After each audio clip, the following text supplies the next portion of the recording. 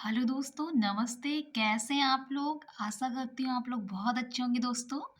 तो दोस्तों आज हम लोग देवनागरी लिपि के बारे में जानेंगे दोस्तों, उसकी विशेषताओं के बारे में जानेंगे, उसके दोष के बारे में जानेंगे और उसमें किए गए विभिन्न बदलावों और सुधारों के बारे में जानेंगे दोस्तों। तो आइए दोस्तों जानते हैं देवनागरी लिपि का विकास, ठीक है? उच्चरित ध्वनि संकेतों की सहायता से भाव या विचार की अभिव्यक्ति भाषा कहलाती है। जबकि लिखित वर्ण संकेतों की सहायता से भाव या विचार की अभिव्यक्ति लिपि कहलाती है दोस्तों। भाषा श्रव्य होती है जबकि लिपि दृश्य होती है। दूसरा है भारत की सभी लिपियां ब्राह्मी लिपि से ही निकली हैं। ब्राह्मी लिपि का प्रयोग वैदिक आर्यों ने शुरू किया। ब्राह्मी लिपि का प्राचीनतम नमूना 5वीं सदी बीसी का है, जो कि बौद्धकालीन है। गुप्त काल के प्रारंभ में ही ब्राह्मी के दो भेद हो गए, उत्तरी ब्राह्मी व दक्षिणी ब्राह्मी। दक्षिणी ब्राह्मी से तमिल लिपि, कलिंग लिपि, तेलुगु कन्नड़ लिपि, ग्रंथ लिपि, तमिलनाडु मलयालम लिपि, ग्रंथ लिपि से विकसित हुआ। ठीक है, आप देखते हैं दोस्तों हम लोग आगे आते हैं दोस्तों। देवनागरी लिपि का नामकरण देखेंगे दोस्तों हम लोग। तो देवनागरी का नामकरण विवादास्पद है। ज्यादातर विद्वान गुजरात के नागर ब्राह्मणों से इसका संबंध जोड़ते हैं। उसका मानना है कि गुजरात में सर्वप्रथम प्रचलित होने से वहां के पंडित वर्ग अर्थात नगर ब्राह्मणों के नाम से इन्हें नागरी कहा गया है। अपने अस्तित्व में आने के तुरंत बाद इसमें देवभाषा संस्कृत के को लिपिबद्ध किया गया, इसलिए नागरी में देव शब्द जुड़ा आ गया और बन गई देवनागरी। अब देखते हैं दोस्तों देवनागरी लिपि का स्वरूप देखते हैं। यह लिपि बाईं ओर से दाईं ओर, बहुत इंपॉर्टेंट है दोस्तों, बहुत ऑब्जेक्टिव क्वेश्चन पूछा गया इस पे। यह लिपि बाईं ओर से दाईं ओर, ठीक है, बाईं ओर से दाईं ओर लिखी जाती है। जबकि फारसी लिपि, उर्दू, अरबी, फारसी भाषा की लिपि दाईं ओर से बाईं ओर की ओर लिखी जाती है। तो ये दोस्तों देवनागरी लिपि कैसे लिखी जाती है? बाईं ओर से दाईं ओर, ठीक है।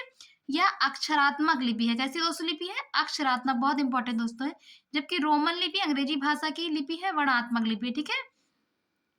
कैसी लिपि है दोस्तों? ये अक्षरात्मक लिपि है, ठीक। जबकि रोमन जो लिपि है दोस्तों वो वर्णात्मक लिपि है। अब देखते हैं देवनागरी लिपि की विशेषता या गुण, ठीक है।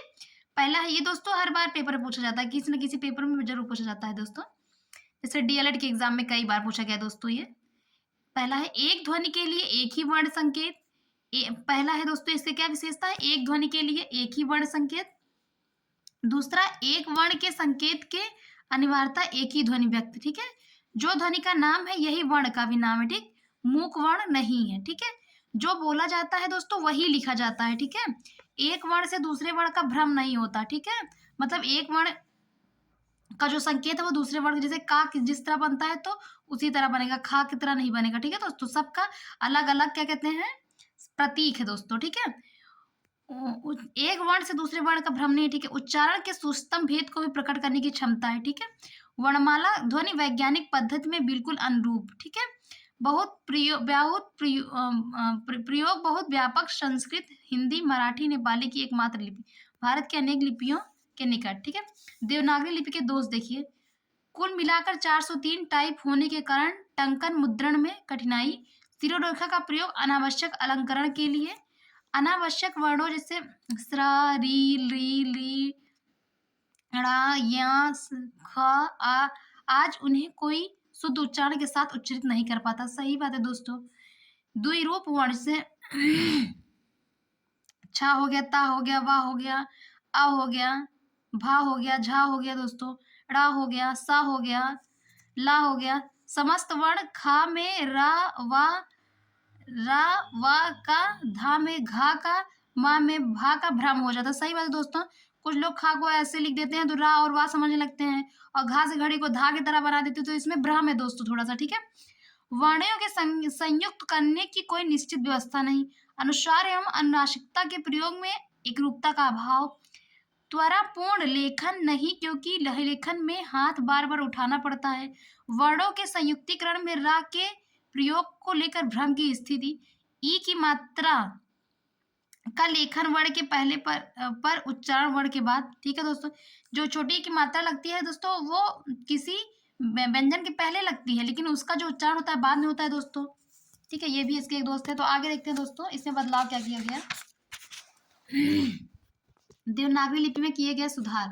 पहला सुधार किसने किया? बाल गंगाधर तिलक का तिलक फॉन्ट 1904 से 1926। ठीक है, सावरकर बंधुओं का आ की 12 खड़ी। ठीक है, श्याम सुंदर दास का पंचमाक्षर के बदले अनुस्वार के प्रयोग का सुझाव।